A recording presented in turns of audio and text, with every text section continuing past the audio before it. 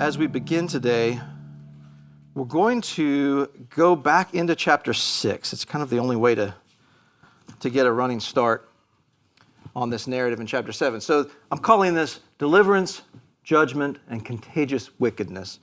And we'll see a little bit more about that as we go. Remember the John Stott quote that we've used from week to week. History is not a random series of meaningless events.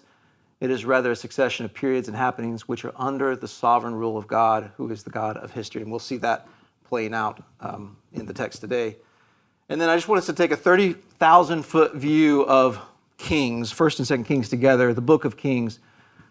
We begin with this look at the ideal king. We see Solomon's kingship, and then we see a decline there, starting with Solomon and then going through the kings that come after him. And then we go into this period that we're in now, the word of the Lord to the kings through Elijah and Elisha. And then beyond that, we're going to see further decline all the way to the Babylonian exile. So just keep that in mind. That's kind of, this third section is where we are at this point as we get into today's text. So I'll leave the outline up as we go through this so you can kind of see how the text breaks up. We won't be able to zoom down into all of this, but we will camp out in a few different places.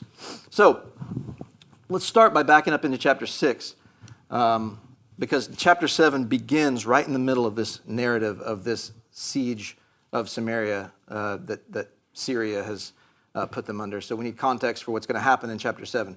So we're going to go to verse 24 to set the stage here. It says, "Afterward, Ben-Hadad, king of Syria, mustered his entire army and went up and besieged Samaria. And there was great famine in Samaria as they besieged it, until a donkey's head was sold for 80 shekels of silver, and the fourth part of a cab of dove's dung for 5 shekels of silver." So we see here that Samaria is under siege from Syria. The situation is so desperate that even food that wouldn't normally be considered, right? This is trash. This is garbage food. It's non-kosher for sure. It's going for incredibly high prices in the city. And so as we move on from there, we see just how desperate things are. We have this account of the king of Israel walking on a wall, and a woman below cries out for help. And initially, he responds in this very cynical way. He says, if God can't help you, how am I going to help you? But then he asks her what the trouble is. She explains that she and another woman had agreed to boil and eat their sons. She did it on one day, and the other woman is supposed to do it the next day. And yes, we're talking about cannibalism here. This is child cannibalism. This is just incredibly awful. But that's how desperate this situation in Samaria has become. And this woman's bringing up this complaint because she gave up her child, and the other woman has hidden her child. And so she's crying, no fair here. So the king hears this. He tears his clothes. It really hits him hard, and it reveals that he's wearing sackcloth underneath. So this would normally have indicated mourning, grief, submission, or self-humiliation, right? But his response is surprising at this point. He immediately calls for the head of Elisha. So, and that's in 31. And then when we get to 32, we see Elisha in his house, and he's got some elders with him, and this messenger, who is probably an assassin, actually, of the king, is on his way to the house. And Elisha knows he's coming, right? God is not going to allow his prophet to be taken by surprise. So he instructs the elders to block the door, and this man gets there as they block the door, this man from the king, and he gets this message out on the other side of the door. He says in verse 33, he's speaking for the king, "This trouble is from the Lord. Why should I wait for the Lord any longer?"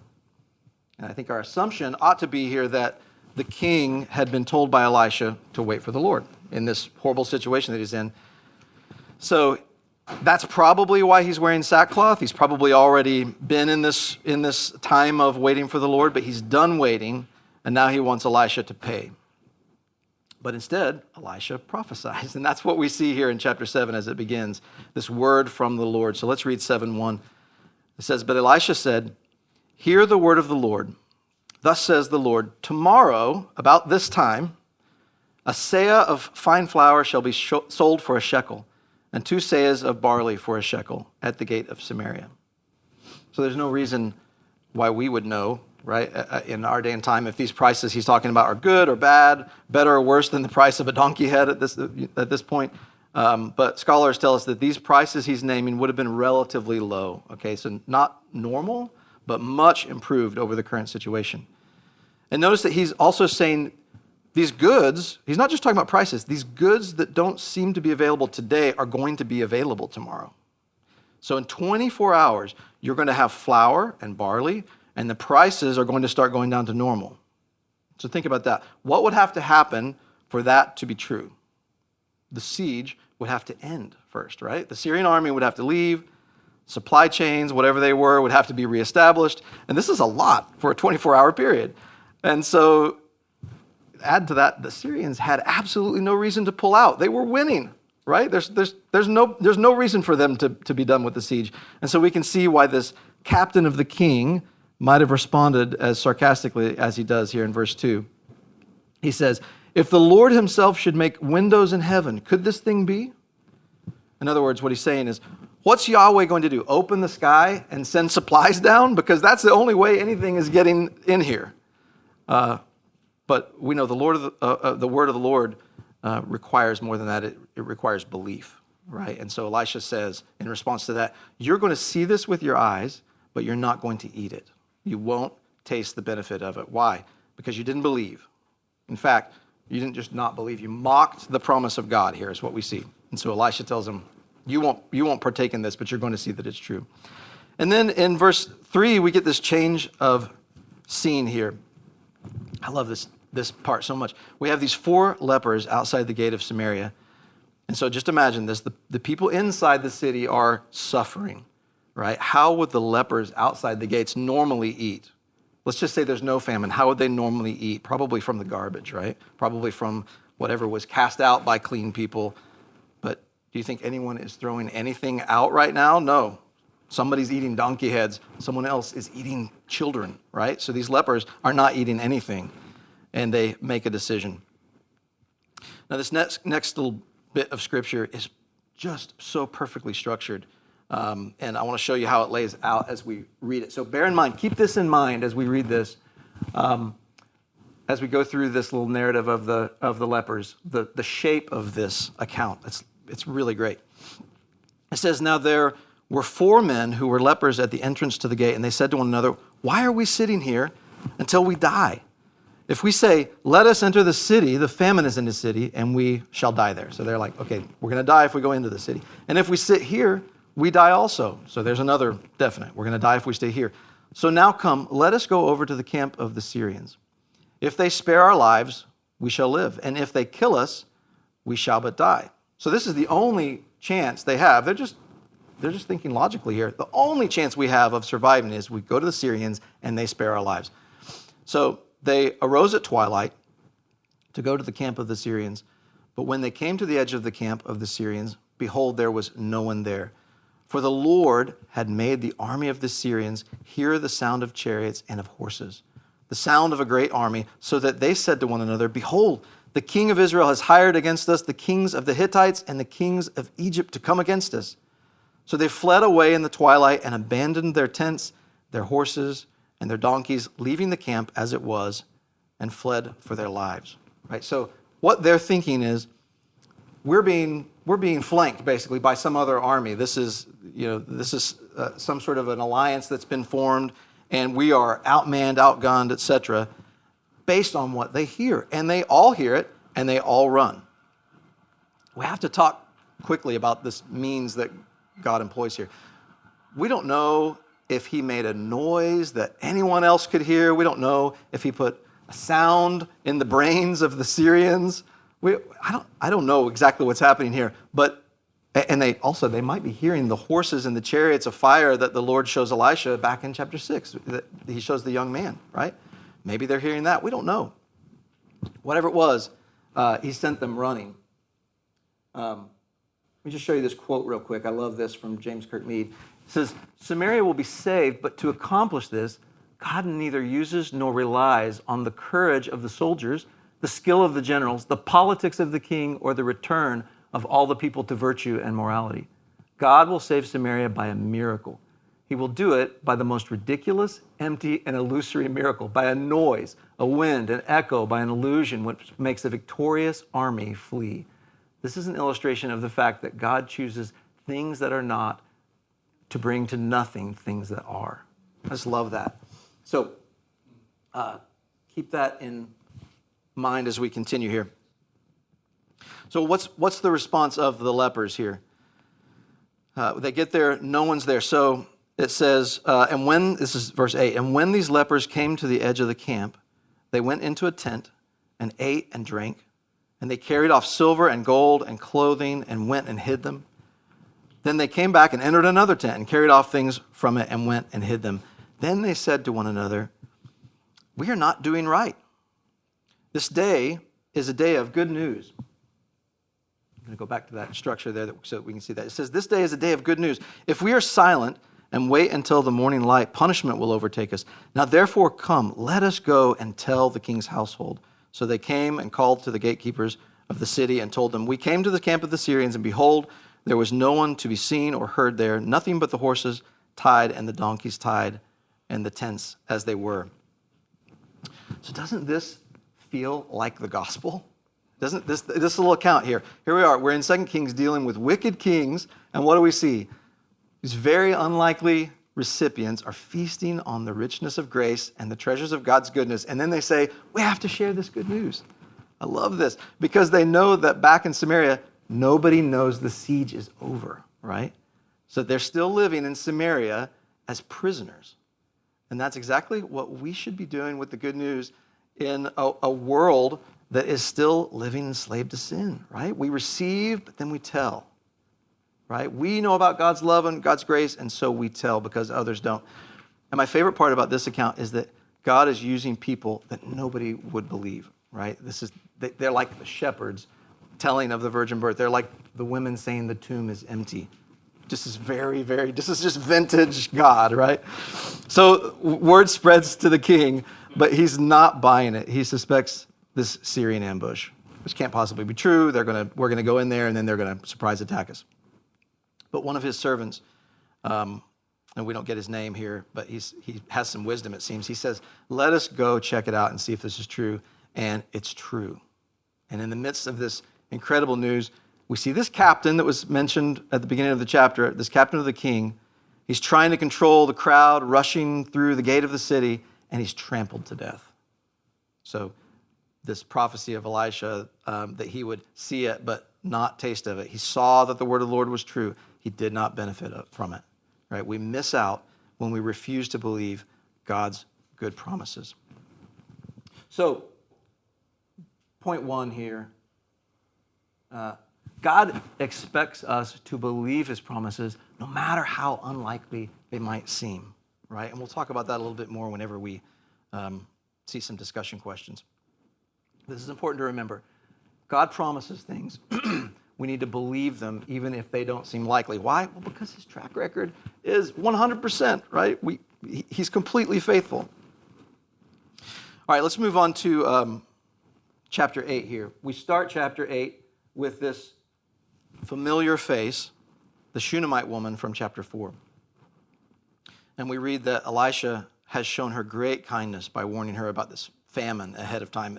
I'm guessing this is potentially the same famine. I don't know if it's related to the Samaritan or to the siege of Samaria or to something else. But she knows about it ahead of time. She goes to live with the Philistines until it's over. And remember, she and her husband, who might not be alive at this point, she and her husband have really put a lot into Elisha's ministry. They have housed him, they've fed him. They're godly, faithful people, and he repays them with this kindness to warn them. So she goes to live with the Philistines, and when she comes back, her house, her land in Israel are no longer hers. So she has to go through this appeal process to the king to try to get her possessions back. We have this really interesting scene in which Gehazi, Elisha's servant, is talking to the king. And he's telling him all of the miraculous things that the Lord has done through Elisha. And the king is really interested. He says, so tell me about Elisha. So word's spreading. He wants to know, tell me all these things I've heard Elisha's done. And so I know the last time we saw Gehazi, he had leprosy, right? But I don't know that we should assume that all of this is in chronological order. So either this is before Gehazi has leprosy, or he's been healed of the leprosy, or the king is so fascinated with Elisha that he's willing to talk to a leprous Gehazi. But my suspicion is that it's probably out of order. But Gehazi tells the king at one point about the raising of the Shunammite woman's son. And wait, here's the woman at the door. This is her. So she appeals to the king, and he restores to her all that was hers. So I think what we're seeing here is the king is really fascinated by this, right? But we don't see what we would call meaningful change of heart or commitment, or anything like that on his part. We just see him doing the right thing. There's a fulfillment of some responsibility on his part once he's heard about all these things. And then suddenly we shift over and we read that, this is in verse 7, we read that Elisha is in Damascus. Okay, so this is Syria. And the king Ben-Hadad, the one who had besieged Samaria, is very sick. And he hears that Elisha is nearby, so he sends his servant Hazael with a pretty significant gift and tells him to ask Elisha if he's going to recover. Now, I don't know what the relationship here is between Ben-Hadad and Elisha, but it seems like Ben-Hadad has great respect for Elisha. Hazael refers to him as Elisha's son, so he's submitting to him in some way. And Elisha gives this very confusing answer to this question of will Ben-Hadad live, right? He says, tell him he's going to recover from the sickness, but the Lord has shown me that he's going to die. This is very strange. Is he telling him, you need to tell him a lie, that he's not going to recover, or what's happening here? And then we see Elisha stare at Hazael until he breaks down in tears. He weeps after staring at him for a long time. So what the text explains to us is that the Lord has shown Elisha that Hazael is going to do great evil to the people of Israel. And so Elisha's overcome by this vision when he sees it. And he ends up going into detail about what he's seen as he sort of sifts Hazael. So in verse 12, I'll read it here. Hazael asks, why does my Lord weep? He answered, because I know the evil that you will do to the people of Israel. You will set on fire their fortresses, and you will kill their young men with the sword, and dash in pieces their little ones, and rip open their pregnant women. Right? And how does Hazael respond? He says, I'd never do this. What? He says, I'm your servant. What am I, a dog, that I would do these awful things? But Elisha says, the Lord has shown me that you are going to be king. Right? And then we see Hazael go back. He tells Ben-Hadad, hey, good news. Elisha says you're going to recover. But then what happens? He murders Ben-Hadad, smothers him, and he takes the throne of Syria. So we're kind of asking ourselves, what happened here? Did Elisha put this into Hazael's head? Was this some kind of what we'd call maybe a self-fulfilling prophecy? Was Hazael lying to Elisha when he said he would never do this?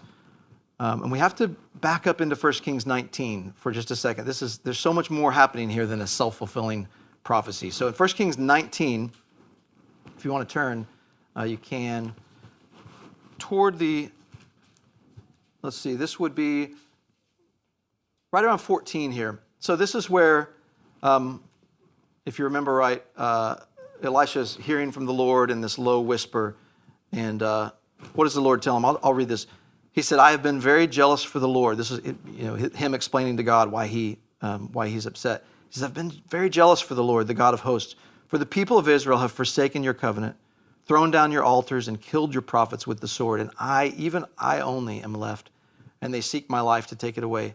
And the Lord said to him, go, return on your way to the wilderness of Damascus. This is Elijah, by the way, not Elisha. This is Elijah that he's talking to. And when you arrive, you shall anoint Hazael, right, to be king over Syria. So he's actually saying here that Elijah is going to anoint Hazael to be king. And Jehu, the son of Nimshi, you shall anoint to be king over Israel, and Elisha, the son of Shaphat, the Abel Meholah, you shall anoint to be prophet in your place. And the one who escapes from the sword of Hazael shall Jehu put to death, and the one who escapes from the sword of Jehu shall Elisha put to death. So what's going on here? He's telling Elijah, God's telling Elijah, I'm going to use 3 people to exact judgment on Israel for this forsaking of our covenant. He's going to put Hazael as king over Syria, Jehu over Israel, and we're going to see that in chapter 9, and Elisha in place of Elijah. So we don't know if at this point, if Elisha had any previous idea about this happening before his encounter with Hazael, but certainly this is what the Lord had put in place to judge his people.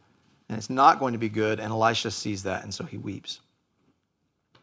And then the rest of what we see in chapter 8 really is this reminder that wickedness is contagious, right?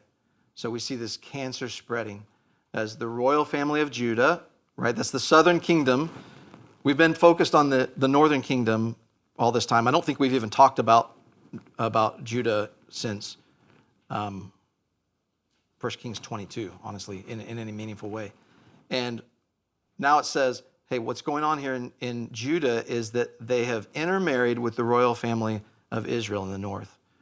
So we have this other Jehoram, the southern Jehoram, the southern Jehoram, not the same as the one in Israel in chapter 3. This is a little bit confusing. They also refer to him as Joram, both of them actually. And he's the son of Jehoshaphat, but he married Ahab and Jezebel's daughter. And then we see it again with Ahaziah, who has married their granddaughter. So these princesses of Israel are very much informing how the kings of Judah do things. But what does verse 19 say here? It says, "Yet the Lord was not willing to destroy Judah for the sake of David his servant, since he promised to give a lamp to him and to his sons forever." This is so, so important. God is faithful to Judah, not because he approves of what's going on in Judah at this time, but because he made a covenant with David. And this Davidic covenant is ultimately the messianic promise. And so he spares Judah because he's faithful to his promises, just like he's faithful to the new covenant that began with Jesus' death for us on the cross and was sealed with his resurrection from the grave. So real quickly, this sort of applies to, this quote applies both to the situation with Hazael and the situation with these kings that are intermarrying. It's Charles Spurgeon quote. It says, "The predestination of God does not destroy the free agency of man or lighten the responsibility of the sinner. It is true in the matter of salvation. When God comes to save, his free grace prevails over our free agency and leads the will in glorious captivity to the obedience of faith. But in sinning, man is free in the widest sense of the term, never being compelled to do any evil deed, but being left to follow the turbulent passions of his own corrupt heart and carry out the prevailing tendencies of his own depraved nature." So as we see judgment being executed on Israel through the sins of people like Hazael in Syria and these kings in Judah, kings in Israel, we have to remember, God is not making them sin, okay? God knows they're going to sin, and he's using that to exact judgment. Second point here for chapter 8 is God's sovereignty includes his good grace, which we see it really happening in 7 and at the beginning of 8 with the Shunammite woman, and it also includes his righteous judgment, which Elisha comes face to face with as he sees Hazael. He sees judgment of Israel, his people.